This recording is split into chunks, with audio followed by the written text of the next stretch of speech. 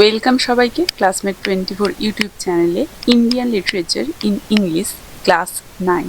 Indian লিটারেচারের উপরে আজকের ক্লাসটা 9 নাম্বার ক্লাস এবং আজকের ক্লাসে আমরা ইন্ডিয়ান লিটারেচার থেকে পোস্ট ইন্ডিপেন্ডেন্স এরার অন্তর্গত ড্রামাটিস্টদেরকে নিয়ে আলোচনা করব। এর আগে ইন্ডিয়ান লিটারেচার ইন ইংলিশে ক্লাস 1 থেকে শুরু করে ক্লাস 8 পর্যন্ত আশা করছি সবাই মন দিয়ে ভালোভাবে ফলো করেছো। যদি না করে থাকো ক্রনোলজিক্যালি আগের ক্লাসগুলো সবাই করে নেবে, তাহলে সেখানে প্রি ইন্ডিপেন্ডেন্স এরার সমস্ত যে জনরাগুলো ক্রনোলজিক্যালি, তারপরে পোস্ট ইন্ডিপেন্ডেন্স এরার জনরাগুলো পরপর কিন্তু বুঝতে পারবে। এবং এই সমস্ত ক্লাসগুলো কভার করার পরে আশা করছি ইন্ডিয়ান লিটারেচার নিয়ে নেট এবং সেটের অ্যাসপিরেন্টসদের আর কোনো প্রবলেম হবে না। তাই যারাই আমার চ্যানেলে নতুন, কাইন্ডলি চ্যানেলটা সাবস্ক্রাইব করে নেবে এবং চ্যানেলটা ফলো করে বেল আইকনটা প্রেস করতে ভুলবে না, তাহলে পরবর্তী ক্লাসের নোটিফিকেশন সহজেই তোমাদের কাছে পৌঁছে যাবে। এছাড়াও যদি ক্লাসগুলো ভালো লাগে তাহলে একটা লাইক এবং একটা শেয়ারের পাশাপাশি একটা হাইপও করে দিও। তো ফিরে আসছি আজকের আলোচনাতে। পোস্ট ইন্ডিপেন্ডেন্স এরার অন্তর্গত ড্রামা নিয়ে আজকের ক্লাসে আলোচনা করব। দেখো, স্বাধীনতার পরবর্তীতে 1947 সালের পরে ভারতের যে ইংরেজি নাটক, এই নাটকের ক্ষেত্রে একটা অভূতপূর্ব পরিবর্তন আসে। কি সেই পরিবর্তন? না, নাট্যকাররা ব্রিটিশ বা ভিক্টোরিয়ান যে অনুকরণ সেটা ছেড়ে দিয়ে নিজস্ব শেকড় বা নিজস্ব মাটির গল্প বলতে তারা শুরু করে এবং এটাকে ডিকলোনাইজেশন অফ দ্য মাইন্ড বলা হয়, যেখানে আমরা শিফট ফ্রম কলোনিয়াল ইমিটেশন, মানে স্বাধীনতার আগে ভারতীয় নাট্যকাররা শেক্সপিয়ার বা সেই সমস্ত আইরিশ নাট্যকারদের স্টাইলগুলো নকল করে তারা নাটক লিখতেন, কিন্তু স্বাধীনতার পর তারা এটা বুঝতে পারলেন যে ভারতের নিজস্ব একটা সংস্কৃতি রয়েছে, লোকগাথা এবং সামাজিক সমস্যাগুলোকেও কিন্তু এই সমস্ত সাহিত্যের মাধ্যমে তুলে ধরাটা জরুরি এবং বিদেশি স্ট্রাকচার অনুকরণ করে এটা কিন্তু সম্ভব নয়। তাই তারা নিজস্ব শেকড়ে যেন ফিরলেন, যেটাকে ডিকলোনাইজেশন অফ দ্য মাইন্ড বলা হচ্ছে। তারা ভারতীয় সংস্কৃতির গভীরে ফিরলেন। তারা নিজেদের পুরাণ, লোকগাথা মানে ওই রামায়ণ, মহাভারত, লোককাহিনী ইত্যাদি সমস্ত প্রেক্ষাপটে নিজেদের নাটকগুলো লেখা শুরু করলেন। বোঝা গেছে আশা করি। তো এবারে আমরা এই যে স্বাধীনতার পরবর্তী যে সমস্ত নাটক, এই নাটকগুলোর কয়েকটা বিশেষত্ব দেখব। দেখো, স্বাধীনতা পরবর্তী নাটকের কয়েকটি বিশেষত্ব হচ্ছে দ্য রুটস মুভমেন্ট। মূলত 1960-র দশকের পরে এই মুভমেন্ট আমরা দেখতে পাবো। স্বাধীনতার পর ভারতের নাট্যকাররা কি অনুভব করলেন? যে তারা কেবলই সেই ইউরোপীয় নাটক যে ধরন বা নাটকের যে ধরন থাকে, সেই ধরনটাকেই তারা শুধুমাত্র কপি করছেন বা অনুকরণ করছেন, কিন্তু এটা তো একটা পরাধীন মানসিকতা এবং এই মানসিকতা থেকে বেরিয়ে এসে ভারতের নিজস্ব শেকড়ে ফেরাটা খুবই জরুরি। তো এই যে ঐতিহ্যের দিকে ফিরে যাওয়া, এটাকেই রুট মুভমেন্ট বলছে। নিজস্ব শেকড় বা সংস্কৃতিতে ফিরে যাওয়া, যেটাকে রুট মুভমেন্ট বলছে। তাহলে এই মুভমেন্টের যদি মূল উদ্দেশ্য বলতে চাই আমরা কি বলবো? ডিকলোনাইজেশন, ব্রিটিশদের শেখানো সমস্ত নাট্যশৈলী ত্যাগ করে ভারতীয় সংস্কৃতির একদম মৌলিক রূপটাকে তুলে ধরা। আর ইন্ডিজেনাস ইডিয়াম, ভারতীয় গ্রামীণ সংস্কৃতি, লোকসঙ্গীত এবং ধর্মের সমস্ত আচারকে আধুনিক যে থিয়েটার সেই ভাষায় অনুবাদ করা। ইউজ অফ ফোক ফর্মস, নাট্যকাররা বিভিন্ন অঞ্চলের লোকরীতিকে মূল ধারার যে ইংরেজি এবং আঞ্চলিক নাটক সেই নাটকে অন্তর্ভুক্ত করলেন। আমরা ইয়াক্ষগান পাবো, ইয়াক্ষগান যক্ষগণ, কর্ণাটকের প্রাচীন একটা নৃত্য নাটক পদ্ধতি, গিরিশ কার্নাড তার নাটকে এটা ব্যবহার করেছেন আমরা জানি।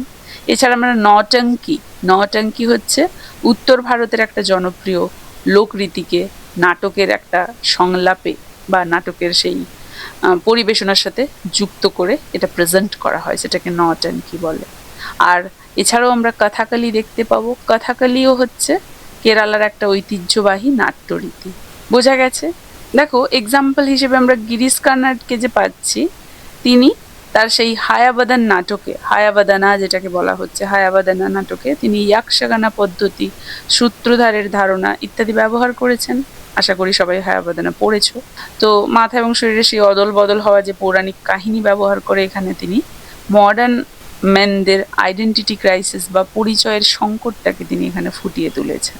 এছাড়াও আমরা তার নাগামণ্ডলা পাবো। নাগামণ্ডলা এটা কন্নড় লোককথার উপরে ভিত্তি করে লেখা, যেখানে মিথ আর বাস্তবতাকে তিনি একদমই মিশিয়ে দিয়েছেন। এছাড়াও আমরা হাবিব তানভীরকে পাবো এক্সাম্পল হিসেবে, এই যে দ্য রুট মুভমেন্টে। হাবিব তানভীর ছত্তিশগড়ের আদিবাসী শিল্পীদের নিয়ে তিনি নয়া থিয়েটার প্রতিষ্ঠা করেছিলেন। এবং নাচা হচ্ছে ছত্তিশগড়ের একটা গ্রামীণ লোকরীতি। এটাকে তিনি জাতীয় এবং আন্তর্জাতিক মঞ্চে নিয়ে আসেন, এবং তার বিখ্যাত নাটক চরণদাস চোর কিন্তু এই রীতির একটা অনন্য উদাহরণ। চরণদাস চোর 11-12 সিলেবাসের অন্তর্ভুক্ত ছিল, আশা করি এমনিতেও পড়েছো তোমরা। তো এই যে আমরা গিরিশ কার্নাড এবং হাবিব তানভীরকে দেখলাম, এরাও তাহলে সেই আমাদেরই লোকগাথা লোকরীতিগুলোকে তাদের নাটকের মাধ্যমে ফুটিয়ে তোলার চেষ্টা করেছে, ব্রিটিশ নাট্যশৈলী বাদ দিয়ে। দ্বিতীয়ত, পোস্ট ইন্ডিপেন্ডেন্স এরার নাটকের বিশেষত্ব হিসেবে আমরা পাচ্ছি সোশিও পলিটিক্যাল রিয়েলিজম অ্যান্ড ডিসইলিউশনমেন্ট।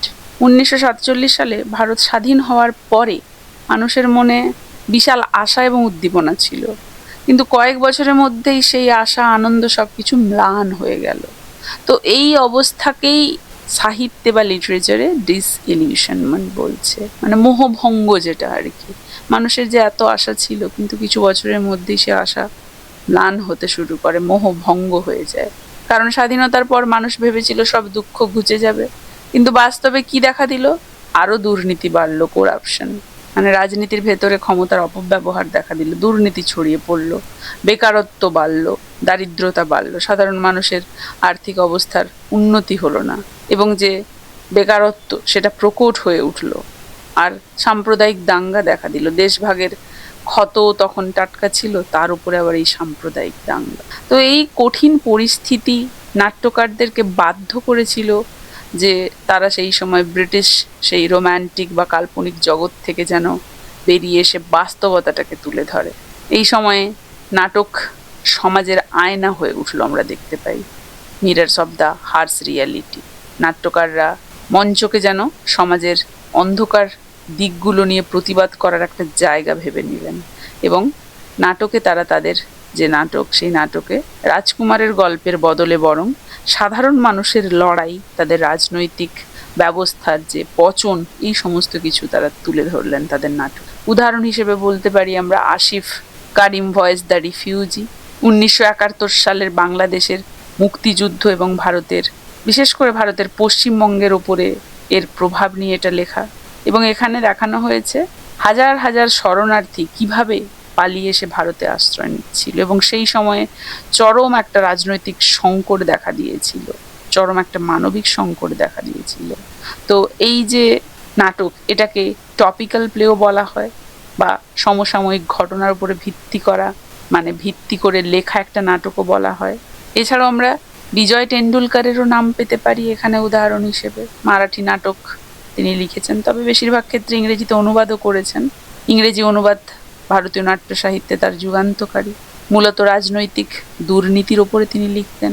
এখানে কিভাবে ক্ষমতার লোভে একজন সাধারণ মানুষ ঘাসিরামের মতো একজন হিংস্র দানবে পরিণত হয়েছে, এবং সিস্টেম, মানে ক্ষমতার যে সিস্টেম, কিভাবে তাকে ব্যবহার করে ছুঁড়ে ফেলে দিচ্ছে, সেই জিনিসটা বিজয় টেন্ডুলকার দেখিয়েছেন। এছাড়া ব্রেকিং ট্যাবুস 20th সেঞ্চুরির শেষের দিকে এবং 21st সেঞ্চুরির শুরুতে ভারতের যে নাটক, ইংরেজি নাটক একটা নতুন দিক পেয়েছিল, একটা নতুন দিশা পেয়েছিল। নাট্যকাররা সব বিষয় নিয়ে এখন লিখতে শুরু করে দিয়েছিলেন। মানে আগে ভারতীয় সমাজে যেগুলোকে লজ্জাজনক, যেগুলোকে গোপন, হিডেন, সেমফুল বলে এড়িয়ে যাওয়া হতো, সেই সব বিষয়গুলো এখন নাট্যকাররা তাদের লেখার বিষয়বস্তু করে নিলেন। মানে এই সময় নাটকের মূল লক্ষ্য ছিল সমাজের সেই তথাকথিত যে ধ্যান ধারণা, সেটাকে চ্যালেঞ্জ করা। নাট্যকাররা মানুষের ড্রয়িং রুমের ভেতরকার সেই সমস্ত অন্ধকার সত্যিগুলোকে তারা মঞ্চে ফিরিয়ে আনলেন, যেমন সেই জেন্ডার ডিসক্রিমিনেশন, বাড়িতে ফ্যামিলিতে যে ছেলে এবং মেয়ের পার্থক্য, সেক্সুয়ালিটি, বিশেষ করে হোমোসেক্সুয়ালিটি, কারণ গোপনীয় বিষয় ছিল, অপরাধ মনে করা হতো এটা তখন। এগুলো নিয়ে নাট্যকাররা খোলামেলা আলোচনা করলেন, এবং ডোমেস্টিক ভায়োলেন্স, এগুলো নিয়েও তারা খোলামেলা আলোচনা করতে শুরু করলেন। আমরা মহেশ দত্তানিকে পাবো। মহেশ দত্তানি প্রথম ভারতীয় ইংরেজি নাট্যকার যিনি সাহিত্য একাডেমি অ্যাওয়ার্ড পেয়েছিলেন, আমরা জানি। তার নাটকগুলো শহরের সমস্ত মধ্যবিত্ত সমাজের সেই সমস্যাগুলোকে তুলে ধরে। তার আমরা 7 স্টেপস অ্যারাউন্ড দ্য ফায়ার পাই। এই নাটকটা ভারতের হিজড়া সম্প্রদায়কে নিয়ে লেখা আমরা জানি।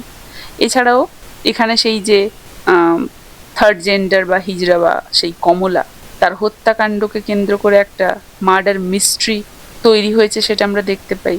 এবং এর মাধ্যমেই দত্তানি আমাদেরকে দেখিয়েছেন যে আমাদের সমাজে বিয়ের সেই পবিত্র স্বাদ পাক এবং আচারের জন্য হিজড়াদেরকে লাগে, ঠিক আছে, তাদেরকে ডাকাও হয় সেই আচারগুলো শেষ করার জন্য, তবুও কিন্তু মানুষ তাদেরকে মানুষ হিসেবে মর্যাদা এবং আইনি সুরক্ষা কিন্তু কখনো দিতে পারেনি, যদিও তাদের কাছ থেকে নিজেদের প্রয়োজনের রিচুয়ালস মেটানোর তাগিদ থাকে, তাই না? এছাড়াও আমরা তার অন আ মাগি নাইট ইন মুম্বাই পাই, ভারতীয় ইংরেজি সাহিত্যের প্রথম নাটক যেখানে হোমোসেক্সুয়ালিটি এবং সমকামী সম্পর্কের বিভিন্ন দিক নিয়ে লেখা হয়েছে। মুম্বাইয়ের এক গুমোট রাতে একদল বন্ধুর কথোপকথনের মাধ্যমে তাদের সেই আত্মপরিচয় এবং সমাজের চাপের সেই বাস্তব চিত্র এখানে ফুটে উঠেছে, বোঝা গেছে। এছাড়াও এক্সিস্টেন্সিয়ালিজম অ্যান্ড অ্যাবসার্ড, দ্বিতীয় বিশ্বযুদ্ধের পরে ইউরোপে যে একটা ফিলোসফিক্যাল ক্রাইসিস তৈরি হয়েছিল, সেটার প্রভাব 1960-র দশকে ভারতীয় নাটকেও কিন্তু দেখা গিয়েছিল। নাট্যকাররা মানুষের জীবনের সেই লক্ষ্যহীনতা, একঘেয়েমি ইত্যাদিকে তারা মঞ্চে তুলে ধরেছিলেন নাটকের মাধ্যমে। ভারতীয় নাট্যকাররা স্যামুয়েল বেকেট এবং অ্যালবার্ট কামুর সেই ফিলোসফি দ্বারা এই সময় প্রভাবিত হয়েছিল। তারাও বুঝেছিল মানুষের জীবনের কোনো নির্দিষ্ট অর্থ নেই, আমরা একঘেয়েমি রুটিনের জালে বন্দী হয়ে রয়েছি, মৃত্যু পর্যন্ত আমাদের শুধু অপেক্ষা করা ছাড়া আর কোনো কাজ নেই। এবং এক্ষেত্রে আমরা দেখতে পাই যে এই সমস্ত নাটক প্রথাগত নয়। প্রথাগত নাটকে যেমন হিরো থাকে, টানটান উত্তেজনা থাকে, এখানে সেরকম নেই। কি থাকে এখানে? এখানের যে ক্যারেক্টাররা তারা দৈনন্দিন কাজের মধ্যে নিজেদেরকে বন্দি অনুভব করে, এবং এখানকার যে ক্যারেক্টাররা তারা জীবনের অর্থহীনতাটাকে ফুটিয়ে তোলে, এবং তাদের সেই ডায়লগের মধ্যে এবং তাদের ঘটনার মধ্যে বারবারই একটা জিনিসেরই পুনরাবৃত্তি ঘটে। আমরা বাদল সিরকারকে পাবো, বাদল সিরকারের এবং ইন্দ্রজিৎ। এবং ইন্দ্রজিৎ এই নাটকটি খুবই সুন্দর, অ্যাবসার্ডের একটা শ্রেষ্ঠ উদাহরণ। অমল, বিমল এবং কমল, এই যে তিনটে চরিত্র এখানে সাধারণ মধ্যবিত্ত মানুষের প্রতীকেরা। তারা পড়াশুনো করে, তারা চাকরি পায়, বিয়ে করে এবং একঘেয়ে জীবনে তারা অভ্যস্ত হয়ে যায়, নিজস্ব কোনো আলাদা সত্তা তাদের নেই। এবং ইন্দ্রজিৎকেও আমরা এখানে পাই, সেই ইন্দ্রজিৎ যে এই তিনজনের থেকে আলাদা হওয়ার চেষ্টা করে, জীবনের অর্থ খোঁজে এবং এই যে প্রথা ভাঙতে চায়। কিন্তু নাটকের শেষে দেখা যায় ইন্দ্রজিৎও ব্যর্থ হয়ে যায়, সেও শেষ পর্যন্ত অমল, বিমল, কমলের মতোই যেন সেই সার্কেলের, মানে সেই অর্থহীন জীবনের সেই সার্কেলেরই অংশ হয়ে যায়। এবং এই নাটকের লেখকের চরিত্রটা অনেকটা সেই সূত্রধারের মতো, যিনি এই অর্থহীনতাটাকে দর্শকদের সামনে কিন্তু ব্যাখ্যা করছেন, বোঝা গেছে। গ্রিক মাইথোলজি সিসিফাসের মতো ইন্দ্রজিৎও বারবার পাহাড়ের চূড়ার পাথর তোলার চেষ্টা করে যেন, এবং বারবারই সেটা নিচে পড়ে যায়। তো এই যে সার্কুলার নেচার অফ টাইম, সময়ের সেই বৃত্তাকার, যেটা অ্যাবসার্ড নাটকের প্রধান বৈশিষ্ট্য, সেটা আমরা এখানে দেখতে পাই। সিরকারের এই নাটকটা মূলত বাংলায় লেখা, তবে এটার ইংরেজি অনুবাদও রয়েছে। তিনি কলকাতার মতো মেগা সিটিতে মধ্যবিত্তের জীবন কাহিনী কেমন লক্ষ্যহীন হয়ে পড়েছে সেটাই তুলে ধরেছেন। এবং এই যে নাটক, এই নাটকের মাধ্যমে ভারতীয় নাটক কেবলই যে সামাজিক সমস্যা তুলে ধরে তা নয়, মানুষের গভীর মানসিক এবং দার্শনিক সমস্যাগুলোকেও তুলে ধরে, সেটাই তিনি দেখিয়েছেন। এছাড়াও টেকনিক্যাল ইনোভেশন, থিয়েটার মানেই কি হবে, বিশাল স্টেজ হবে, লাইট, মেকআপ এগুলো থাকবে। তো এই যে ধারণা, এখানে এটা যেন বাদল সরকার নয়, সিরকার যেন একদমই ভেঙে চুরে চুরমার করে দিয়েছিলেন। তিনি নাটককে সেই অভিজাত শ্রেণীর যেন ড্রয়িং রুম থেকে বের করে সাধারণ মানুষের যেন সামনে নিয়ে এলেন। প্রথাগত নাটকের একদমই চিরাচরিত সেই ধাঁচ তিনি ভেঙে দিলেন। প্রচলিত থিয়েটার, প্রথম থিয়েটার আর দ্বিতীয় থিয়েটার। প্রথম মানে সেই গ্রামীণ থিয়েটার, যেমন যাত্রা, লোকজ গ্রামীণ থিয়েটার, আর দ্বিতীয় হচ্ছে ব্রিটিশদের আদলে সেই শহুরে মঞ্চের থিয়েটার। দর্শকদের, অভিনেতাগুলো উঁচু উঁচু জায়গায় স্টেজে থাকবে, দর্শকরা নিচে বসে দেখবে, ব্যয়বহুল, যেটা ধনীদের জন্যই, যেটাকে বলে। এই দুয়ের সমন্বয়ে এবং সাধারণ মানুষের কাছে পৌঁছানোর জন্য তিনি কিন্তু একটা নতুন ধারার থিয়েটার তৈরি করলেন। মানে প্রচলিত যে থিয়েটারের দুটো ভাগ মানে তিনি করেননি, তিনি ফলো করেছিলেন যে প্রচলিত থিয়েটারে যেন এই দুটো ভাগ আছে, তো তিনি এই যে দুটো এর সমন্বয় ঘটিয়ে সাধারণ মানুষের কাছে পৌঁছানো যাবে এমন একটা থার্ড থিয়েটার যেন তৈরি করলেন। তিনি 3 দিকে দেওয়াল ঘেরা এবং দর্শকদের থেকে দূরে থাকা স্টেজ বাদ দিলেন, কারণ এই স্টেজ অভিনেতা এবং দর্শকদের মধ্যে একটা কাল্পনিক প্রাচীর তৈরি করে দিচ্ছে। পার্ক, রাস্তা, খেলার মাঠ বা বাড়ির উঠোনে নাটক করা শুরু করলেন তিনি, যাতে সাধারণ মানুষ সহজেই নাটকের সাথে যুক্ত হতে পারে। দামি মাইক, সেট, মেকআপ ছাড়াই তিনি নাটক পরিবেশন করা শুরু করলেন, এবং এই সমস্ত নাটকে সেই অভিনেতার শরীর এবং তার নিজের কণ্ঠস্বরই ছিল প্রধান হাতিয়ার। এবং তার একটা নাট্যদল ছিল শতাব্দী বলে, এবং এই শতাব্দী নাট্য দলের মাধ্যমেই তিনি তার এই যে মুভমেন্ট, এটা তিনি ছড়িয়ে দিলেন। তিনি কলকাতার কার্জন পার্কে নিয়মিত নাটক করতেন, এবং তার লক্ষ্য ছিল যে থিয়েটারকে একটা নতুন রূপ দিতে হবে, যেটা হবে পোর্টেবল, মানে এক জায়গা থেকে অন্য জায়গায় সহজেই যেন সেটাকে নিয়ে যাওয়া যায় এবং ফ্লেক্সিবলও হয় যেন। বোঝা গেছে? তাহলে থার্ড থিয়েটার তিনি প্রবর্তন করেন। থার্ড থিয়েটারে আমরা অভিনেতার শারীরিক অভিব্যক্তির ওপরে জোর দেওয়া হয় দেখতে পাই। ফিজিক্যাল থিয়েটারও এটাকে বলা হয়, এবং এটাকে অ্যান্টি এস্টাবলিশমেন্ট মানে প্রচলিত সমাজ ব্যবস্থার বিরোধীও বলা চলে। আর এতে ব্যয় কম হওয়ার কারণে ভারতের বিভিন্ন প্রান্তে এটা ছড়িয়ে দেওয়াও সহজ ছিল, সেটা আমরা বুঝতে পারি। তো এই ছিল পোস্ট ইন্ডিপেন্ডেন্স এরার ড্রামার বিশেষত্ব। এবারে আমরা পোস্ট ইন্ডিপেন্ডেন্স এরার ড্রামাটিস্টদেরকে নিয়ে আলোচনা করব। সবার প্রথমেই আমরা পাবো আসিফ কারিমভয়ের নাম। আসিফ কারিমভয় একজন অত্যন্ত প্রভাবশালী বহুমুখী নাট্যকার, এবং রাজনৈতিক ও সামাজিক ঘটনাগুলোকে তিনি নাটক আকারে প্রেজেন্ট করতে পারদর্শী ছিলেন, এবং তার নাটকগুলোতে আমরা সেই সময়ের ইতিহাসও ফুটে উঠে দেখতে পাবো। তো অথেন্টিক ভয়েস কেন তাকে বলা হয়? তাকে অথেন্টিক ভয়েস বলা হয় কারণ স্বাধীনতার পরবর্তী সময়ে অনেক নাট্যকার যখন শুধুমাত্র সেই ওয়েস্টার্ন স্টাইলগুলোকে নকল করেছিলেন, তখন ভারতের বাস্তব যে সমস্যা, এই যে শরণার্থী সমস্যা, যুদ্ধ, সামাজিক অবক্ষয়, এগুলো নিয়ে তিনি সাহস করে প্রথম লিখতে শুরু করেন। তার এই যে সরাসরি সৎ উপস্থাপনার জন্যই তাকে এই অথেন্টিক ভয়েস বলা হয়েছে। বোঝা গেছে? তার প্রধান নাটকগুলোর মধ্যে আমরা সবার প্রথমে পাই গোয়া 1964-তে। এর প্রেক্ষাপট হচ্ছে 1961-এ যে পর্তুগিজ শাসন, সেই শাসন থেকে যখন গোয়ার মুক্তি এবং স্বাধীনতার প্রেক্ষাপটে এই গোয়াটা লেখা। মূলত পোস্ট কলোনিয়াল দৃষ্টিভঙ্গি থেকে এটা লেখা। দেখানো হয়েছে যে কিভাবে একটা ভূখণ্ড স্বাধীন হওয়ার পরে রাজনৈতিক এবং ব্যক্তিগত সম্পর্কের টানাপোড়েন তৈরি হয়। কারিমভয় এখানে পর্তুগিজ এবং ভারতীয় সংস্কৃতির সংঘাতকে চমৎকারভাবে কিন্তু ফুটিয়ে তুলেছেন। এছাড়াও রিফিউজি পাবো আমরা তার 1971-এ। এর প্রেক্ষাপট কি না, এটা হচ্ছে একটা ওয়ান অ্যাক্ট প্লে, যেটাকে বলে ওয়ান অ্যাক্ট প্লে, একাঙ্ক বিশিষ্ট নাটক। 1971 সালের সেই বাংলাদেশের মুক্তিযুদ্ধ এবং ভারতে বিপুল সংখ্যক যে শরণার্থীরা এসেছিল, সেই শরণার্থীদের যে মানবিক বিপর্যয় তৈরি হয়েছিল তার উপরে ভিত্তি করে এটা লেখা। অত্যন্ত আবেগময় একটা নাটক, মানুষের অসহায়ত্ব, যুদ্ধের ভয়াবহতাকে তুলে ধরে, এবং এখানে আমরা মূলত সেই সেনেকার শরণার্থী পরিবারের গল্প পাই। এছাড়াও আমরা তার ডল ড্রামার্স পাই, যেটা 1960-তে এসেছিল। মুম্বাইয়ের বস্তি এলাকার ঝুপড়িতে বসবাসকারী মানুষের জীবন নিয়ে লেখা। সমাজের আউটকাস্ট বা পরিত্যক্ত মানুষের জীবনসূত্র তুলে ধরা হয়েছে এখানে। মানে তারা যেখানে বসবাস করে তাদের তো কোনো ভবিষ্যৎ নেই, যাকে ডল ড্রাম বলা হচ্ছে আর কি, স্থবিরতা বলা হচ্ছে। তো এই নাটকটা তৎকালীন সময়ে ভারতে অত্যন্ত বিতর্কিত ছিল, কিছুদিন ব্যানও ছিল এটা, কারণ এই নাটকে ভাষা এবং বিষয়বস্তু যথেষ্ট বোল্ড ছিল, যথেষ্ট সাহসী ছিল, তাই কিছুকাল এটাকে ব্যান করেও রাখা হয়। এরপরেও আমরা তার অ্যান এক্সপেরিমেন্ট উইথ ট্রুথ দেখতে পাই, যেটা এসেছিল 1969-এ। এটাকে বায়োগ্রাফিক্যাল প্লে বা জীবনীমূলক নাটক বলা হয়। মহাত্মা গান্ধীর জীবনীর উপরে ভিত্তি করে লেখা একটা নাট্যরূপ হচ্ছে এই অ্যান এক্সপেরিমেন্ট উইথ ট্রুথ।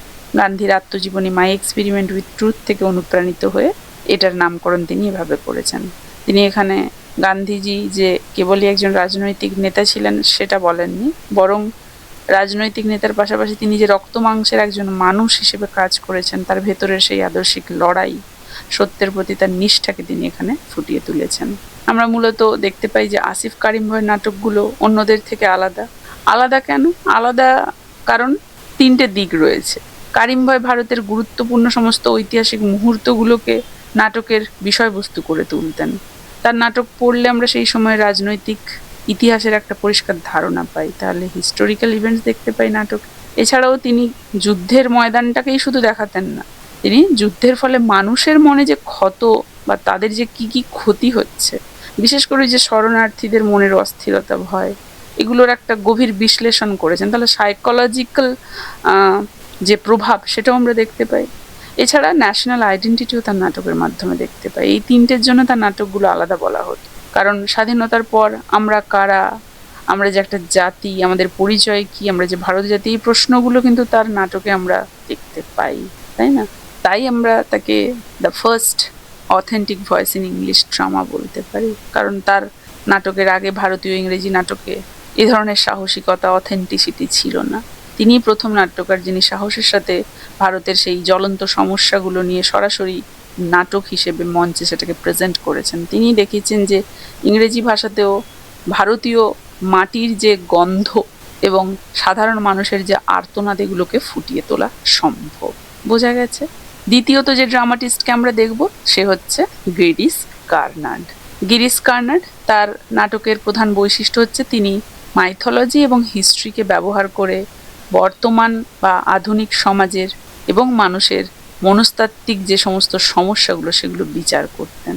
তাই তার এই ঘটনাগুলোকে বলা হতো যে পুরনো গল্পের ধাঁচে যেন নতুন গল্প বলা হচ্ছে। দেখো, তার বিখ্যাত নাটকের মধ্যে আমরা তুগলক পাই 1964, হায়াবাদানা পাই 1971, তুগলক সেই 14 সেঞ্চুরির দিল্লির সুলতান মুহাম্মদ বিন তুগলকের জীবনের উপর ভিত্তি করে লেখা। নেহেরুভিয়ান এরা অ্যালিগরি মানে হচ্ছে এই যে নাটকটা তুগলকের সময়ের হলেও এটা আসলে জওহরলাল নেহেরুর সময়ের ভারতের একটা অ্যালিগরিক্যাল প্রেজেন্টেশন। নেহেরুর আমলে যে আইডিয়ালিজম ছিল সেটা কিভাবে ধীরে ধীরে ডিসইলিউশনমেন্টে পরিণত হয় সেটা তুগলকের চরিত্রের মাধ্যমে এখানে দেখানো হয়েছে।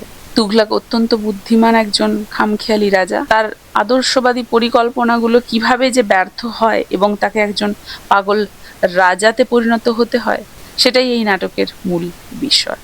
এছাড়াও হায়াবাদানা 1971, এতে আমরা সেই ইয়াকশাগানা নামক সেই যে নাট্যরীতি সেটার ব্যবহার করা হয়েছে দেখেছি। মূলত থমাস ম্যানের দ্য ট্রান্সপোজড হেডস এবং কথাসারিত সাগরের একটা প্রাচীন গল্পের সংমিশ্রণ হচ্ছে কার্নাডের এই হায়াবাদানা। নাটকের মূল কাহিনীতে আমরা কি দেখতে পাবো? দুই বন্ধু, মাথা এবং শরীর তাদের অদল বদল ঘটে গেছে এবং কার্নাডের মাধ্যমে দেখাতে চেয়েছেন যে জন্মগতভাবেই মানুষ ইনকমপ্লিট, আমরা সবসময় আমাদের যে জিনিসটা নেই সেটাই পাওয়ার চেষ্টা করি। হায়াবাদানের চরিত্রটা যেমন পূর্ণাঙ্গ মানুষ হতে চায়, তাই না? তো এই জিনিসটা আমরা দেখতে পাবো। এবং এখানে মস্তিষ্ক বড় নাকি শরীর বড়, এই দার্শনিক প্রশ্নটা তো থেকেই যাচ্ছে এই নাটকের কেন্দ্রবিন্দু হিসেবে। এছাড়াও আমরা তার রচিত নাগামণ্ডলা পাব, যেটা 1988 এসেছিল। অত্যন্ত জনপ্রিয় নাটক তার, দুটো কন্নড় লোকগাথার ওপরে ভিত্তি করে এটা লেখা। এই নাটকটায় রানী নামের একজন গৃহবধূকে পাবো আমরা, যার স্বামী আপ্পান্না তাকে ইগনোর করে, অবহেলা করে, আর একটা জাদুকরী শেকড়ের প্রভাবে একটা নাগ বা কোবরা আপ্পান্নার রূপ ধারণ করে রানীর কাছে আসে এবং তাকে ভালোবাসা দেয়, সেটাও দেখতে পাবো। তো এই নাটকে যে সমাজ একজন নারীর নিজস্ব ইচ্ছে বা কামনার চেয়ে সতীত্ব বা পারিবারিক সেই স্ট্রাকচারটাকে বেশি গুরুত্ব দেয় সেটা দেখানো হয়েছে। এখানে রানী এবং আপ্পান্নার সম্পর্কের মাধ্যমে পুরুষতান্ত্রিক সমাজের ভণ্ডামিটাকে তুলে ধরেছেন গিরিশ কার্নাড। এবং কার্নাডের এই নাটকের শুরুতেই কিন্তু স্টোরি এবং সং, এই দুটো জিনিস ক্যারেক্টার হিসেবে মঞ্চে আসে আমরা দেখতে পাই, যেটা কার্নাডের অনন্য একটা রাইটিং স্টাইল। এছাড়াও আমরা তার তালেডান্ডা দেখতে পাবো, যেটা 1990-তে এসেছিল। তার একটা হিস্টোরিক্যাল এবং সোশ্যাল ড্রামা। 12th সেঞ্চুরিতে কর্ণাটকের সেই বীরশৈব বা স্মরণ যে মুভমেন্ট তার উপরে ভিত্তি করে লেখা, যার নেতৃত্ব দিয়েছিলেন সমাজ সংস্কারক বাসভান্না। নাটকে দেখা যাচ্ছে যে কিভাবে একটা প্রগতিশীল সংস্কার মুভমেন্ট, মানে জাতপাত বিরোধী যেটা ছিল, শেষ পর্যন্ত গিয়ে একটা রক্তক্ষয়ী একটা সংহিতার রূপ নেয়। এবং এখানে একজন ব্রাহ্মণ মেয়ে আর একজন দলিত ছেলে বিয়ে করে নেয় এবং তথাকথিত সেই উচ্চবর্ণ সমাজ সেটা মেনে নেয় না এবং পুরো শহর জুড়ে ধ্বংস শুরু হয়, ধ্বংসের মুখে পড়ে পুরো শহর। 1990-এর দশকে ভারতে যখন জাতপাত ধর্ম নিয়ে চরম অস্থিরতা চলছিল, মন্ডল কমিশন এবং মন্দির মসজিদ বিতর্ক তখন দেখা দিয়েছিল, তো তখন কার্নাড এই যে ঐতিহাসিক নাটকের মাধ্যমে সমসাময়িক সেই রাজনীতি তুলে ধরে কঠোরভাবে সেটার সমালোচনা করেছেন। কার্নাডের নাটকে মূলত তিনটি জিনিস বা তিনটি মূল সুর পাওয়া যায়: আইডেন্টিটি, এক্সিস্টেন্সিয়ালিজম আর মিথ এবং বাস্তবতার মিলন। নাগামণ্ডলাতে সাপের সেই ছদ্মবেশ, হায়াবাদানাতে মানুষের মাথার অদল বদল, এগুলো। এক্সিস্টেন্সিয়ালিজম কি? পৃথিবীতে মানুষের নিজের অস্তিত্ব টিকিয়ে রাখার একটা লড়াই, তার একাকিত্ব আমরা দেখতে পাই। এছাড়াও তার শ্রেষ্ঠত্ব কি না, সে সেই পুরনো রূপকথাগুলোকে বা ইতিহাসকে টেনে বর্তমান সমাজের আয়না হিসেবে সেগুলোকে ব্যবহার করে। ইতিহাস এবং পুরাণের গল্পগুলো যে ফুরিয়ে যায়নি, সেগুলোকে আজও আমাদের জীবনের সাথে সমানভাবে যে প্রাসঙ্গিক করে তোলা যায়, সেটাই তিনি মূলত দেখিয়েছেন। এরপরে আমরা যে নাট্যকারকে দেখতে পাবো তিনি হচ্ছেন মহেশ দত্তানি। মহেশ দত্তানি ভারতের অন্যতম একজন নাট্যকার, বিশিষ্ট নাট্যকার। মূলত তিনি মধ্যবিত্তের জীবনের সমস্ত সমস্যা নিয়ে, যেগুলো সমাজ এড়িয়ে যায়, সেগুলো নিয়ে নাটক লিখেছেন। এবং 1998-এ কিন্তু তিনি সাহিত্য একাডেমি পুরস্কারও লাভ করেছেন। এবং তিনি প্রথম ভারতীয় ইংরেজি নাট্যকার যিনি এই যে সাহিত্য একাডেমি পুরস্কার এটা লাভ করেন। এবং তিনি এটা লাভ করেন তার final solutions and other place বলে যে বই রয়েছে তার জন্য। তার কি প্লেস বলতে গেলে আমরা সেই ফাইনাল সলিউশনসকেই আগে পাবো, কারণ এর জন্য তিনি সাহিত্য একাডেমি অ্যাওয়ার্ড পেয়েছেন, তাই না? ফাইনাল সলিউশন এটা সাম্প্রদায়িক এবং ধর্মীয় গোঁড়ামির ওপরে লেখা। হিন্দু পরিবারের ডায়েরির মাধ্যমে 3 প্রজন্মের গল্প এখানে তুলে ধরা হয়েছে। দেশভাগের সময়ের সেই তিক্ত স্মৃতি কিভাবে মানুষের মনে ঘৃণা জিয়ে রেখেছে সেটা দেখানো হয়েছে। এবং তিনি এখানে প্রশ্ন তুলেছেন যে সাম্প্রদায়িক সমস্যার কি কোনো চূড়ান্ত সমাধান আদৌ আছে, সেটাই ফাইনাল সলিউশন কথাটা এসেছে। এছাড়াও তারা আমরা পাই, তারা এখানে লিঙ্গ বৈষম্য, মানে আমাদের সমাজে পুরুষতান্ত্রিক মানসিকতার উপরে একটা আঘাত করা হয়েছে। তারা, চন্দন, এরা কনজয়েন্ট টুইন্স ছিল, জোড়া ছিল তাদের শরীর, অস্ত্রোপচার করে আলাদা করা হয়।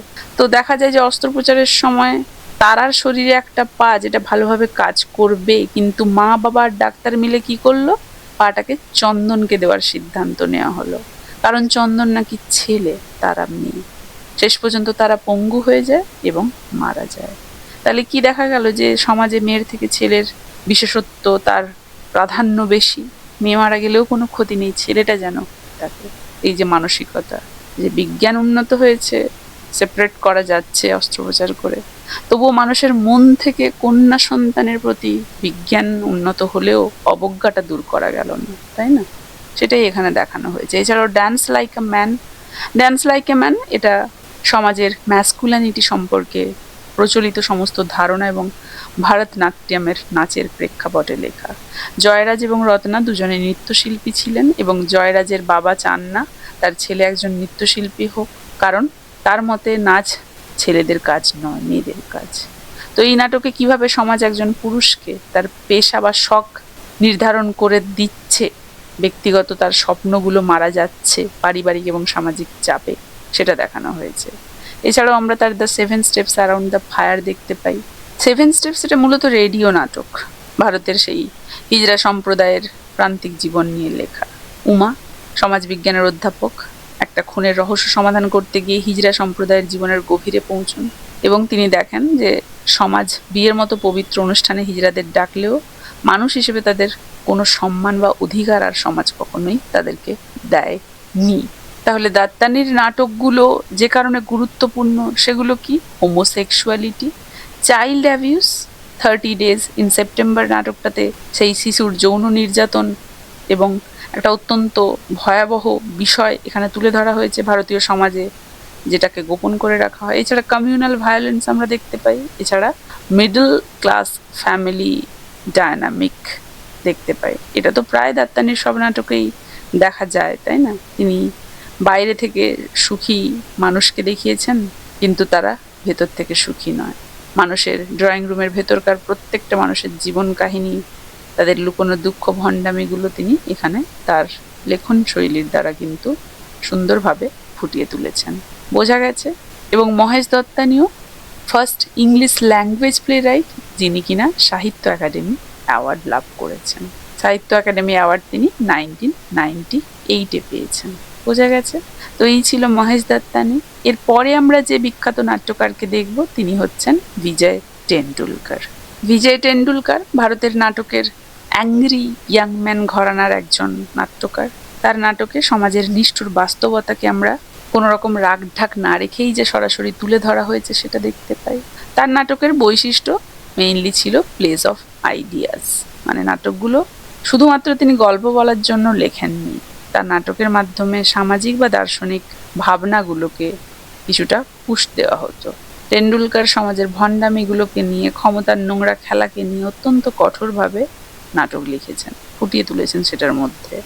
কারণ তিনি মনে করতেন সমাজ যতটা ভদ্র দেখায় আসলেই ততটাই হিংস্র সমাজ। তার প্রধান নাটকের মধ্যে আমরা পাচ্ছি silence, the court is in the session 1967। মারাঠিতে এর নাম ছিল শান্ততা কোর্ট চাওলা আহে। এবং এখানে আমরা প্লে উইদিন আ প্লে দেখতে পাবো। এই প্রযুক্তিটা ব্যবহার করা হয়েছে, মানে এখানে একটা নাটকের মধ্যে আরো একটা নাটক। একদল শৌখিন নাট্যকর্মী একটা মহড়া দেওয়ার সময় মজার ছলে একটা কাল্পনিক আদালত বসায় এবং সেই কাল্পনিক আদালত ধীরে ধীরে বাস্তবে পরিণত হয় এবং মিস বেনারে নামক একটা চরিত্র এখানে দেখতে পাই, যার ব্যক্তিগত জীবন নিয়ে এখানে বিচার শুরু হয়। তো টেন্ডুলকার এর মাধ্যমে আমাদের সমাজের একজন নারীর ব্যক্তিগত চরিত্র কতটা নিষ্ঠুর ও ভণ্ড হতে পারে সেটাই তুলে ধরেছেন। এছাড়াও আমরা তার ঘাসিরাম কাটওয়াল দেখতে পাই 1972-এ। পলিটিক্যাল স্যাটায়ার এটা, মারাঠা ইতিহাসের সেই নানা ফড়নবিসের আমলের প্রেক্ষাপটে এটা লেখা। এখানে কিভাবে একজন সাধারণ মানুষ ঘাসিরাম ক্ষমতার লোভে একটা দানবে পরিণত হয়েছে সেটা দেখানো হয়েছে, মানে রাজনৈতিক একটা দুর্নীতির চিত্র তো এটা। এই নাটকে তিনি মহারাষ্ট্রের সেই নাট্যরীতি, তামাশা এবং লাবণী, সেই সঙ্গীত ব্যবহার করেছেন। এছাড়াও তার গুরুত্বপূর্ণ নাটকের মধ্যে আমরা পাই সখারাম বাইন্ডার। সখারাম বাইন্ডার এসেছিল 1972-এ। সখারাম নামের একজন বই বাঁধাইকারক, সমাজের প্রথাগত বিয়েতে বিশ্বাস করে না। সে এমন সব নারীদের আশ্রয় দেয় যারা তাদের স্বামী বা তাদের সমাজ থেকে পরিত্যক্ত, বিনিময়ে তারা সখারামের ঘর দেখাশোনা করে। তো এই যে টেন্ডুলকার এখানে প্রশ্ন তুলেছেন যে বিয়ে মানেই কি পবিত্রতা? সখারাম যদিও নারীদের ওপর আধিপত্য বিস্তার করে, তবে সে নিজেকে ভণ্ড মনে করে না। এবং এই নাটকটা মানুষের আদিম প্রবৃত্তি, তার অধিকার বোধ এবং নৈতিকতার বিশ্লেষণ কিন্তু। এবং তৎকালীন অশ্লীলতার দায়ে এটা কিন্তু সেন্সরশিপের আন্ডারে পড়েছিল। এছাড়া আমরা তার কন্যাদান দেখতে পাই। কন্যাদান 1983-তে জ্যোতি নামের একটা উচ্চবর্ণের ব্রাহ্মণ মেয়ে অরুণ নামের একটা দলিত যুবককে বিয়ে করে এবং তাদের আদর্শবাদী বাবা নাথ দেবলিকর সেটাকে সমর্থন করেন। তিনি ভেবেছিলেন এর মাধ্যমে জাতপাতহীন একটা নতুন সমাজ তৈরি হবে, কিন্তু বিয়ের পর দেখা যায় যে অরুণ অত্যন্ত নিষ্ঠুর এবং সহিংস। এবং এই নাটকটা এটাও দেখায় যে শুধুমাত্র আদর্শ দিয়ে বা বিয়ের মাধ্যমে কয়েক হাজার বছর ধরে চলে আসা এই জাতপাত শ্রেণী বিভেদের ঘৃণাকে মুছে ফেলা যায় না। একটা উচ্চবিত্তের ভণ্ডামিকে যেমন দেখিয়েছে এটা, নিম্নবিত্তের মানুষগুলোর দীর্ঘদিনের জমে থাকা ক্ষোভকেও এটা দেখিয়েছে, তাই না? তাহলে টেন্ডুলকারের নাটকের প্রধান স্তম্ভ হিসেবে হিউম্যান ভায়োলেন্স পাচ্ছি আমরা, পাওয়ার ডায়নামিক্স দেখতে পাচ্ছি, অ্যান্ড ড্রেগস অফ সোসাইটি দেখতে পাচ্ছি। সমাজের ওপরতলার জৌলুস বর্জন করে তথাকথিত নিচুতলার মানুষ বা অপরাধ জগতের মানুষদের নিয়ে তিনি লিখতে ভালোবাসতেন। ড্রেগস অফ সোসাইটি কথাটার মানে হচ্ছে সমাজের সেই অংশ যাদের আমরা এড়িয়ে চলি। বোঝা গেছে? এবং তাই আমরা দেখতে পাই যে বিজয় টেন্ডুলকার তার পাওয়ার গেম এবং হিউম্যান ভায়োলেন্সের জন্য কিন্তু বিখ্যাত। এরপরে আমরা যে নাট্যকারকে দেখতে পাবো তিনি হচ্ছেন হাবিব তানভীর। হাবিব তানভীরকে লোকনাট্যের পায়োনিয়ার বলা হয়, পথিকৃৎ। প্রধান কৃতিত্ব হচ্ছে যে তিনি আধুনিক বা মডার্ন যে নাট্যরীতির সাথে গ্রামীণ লোকজ ঐতিহ্যকে মিশিয়ে দিয়েছিলেন। নায়া থিয়েটার আমরা দেখতে পাই 1959-এ, 1959 সালে তার নায়া থিয়েটার আমরা দেখতে পাই। এবং এই যে নাট্য দলটা তিনি গঠন করেন, এখানে ছত্তিশগড়ের আদিবাসী শিল্পীরা মূলত অভিনয় করত। এছাড়াও নাচা, ছত্তিশগড়ের ঐতিহ্যবাহী একটা লোকনাট্য, যেটাকে তিনি জাতীয় এবং আন্তর্জাতিক স্তরে কিন্তু জনপ্রিয় করে তুলেছেন নাচা। তার মূল যে নাটক সেগুলোর মধ্যে আমরা পাই আগ্রা বাজার, 1954-তে এসেছিল। 18 শতকের জনপ্রিয় কবি নাজির আকবরবাদী তার জীবনের ওপরে এবং তার কবিতার উপরে ভিত্তি করে এটা লেখা।